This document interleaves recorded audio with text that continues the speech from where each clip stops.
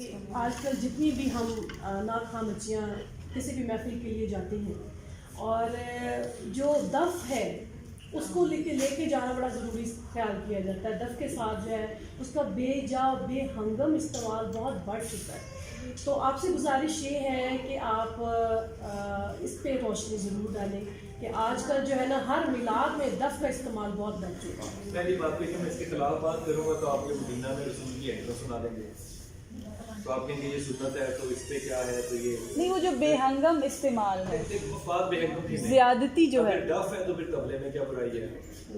آپ کہیں گے نہیں اس کی شکل ایسی ہونی چاہیے تو پھر اس میں گھنگرو بھی کیا ہے. آپ لمٹ کو کراس کرتے ہیں کہ پھر کوئی لمٹ نہیں.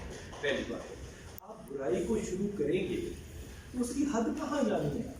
میں ڈف کے خلاف نہیں ہوں, میں ڈف کے بہت حق میں ہوں, لیکن مجھے لگتا ہے کہ رسول کو ڈف کی ضرورت نہیں ہے. رسول کو تمہارے دل کی دھڑکن چاہیے.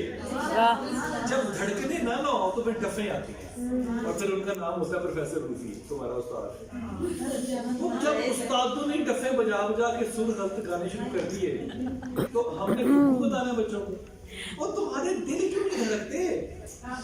وہ نہیں دھڑکتے نا, اس لیے پھر ڈف دھڑکتی ہے.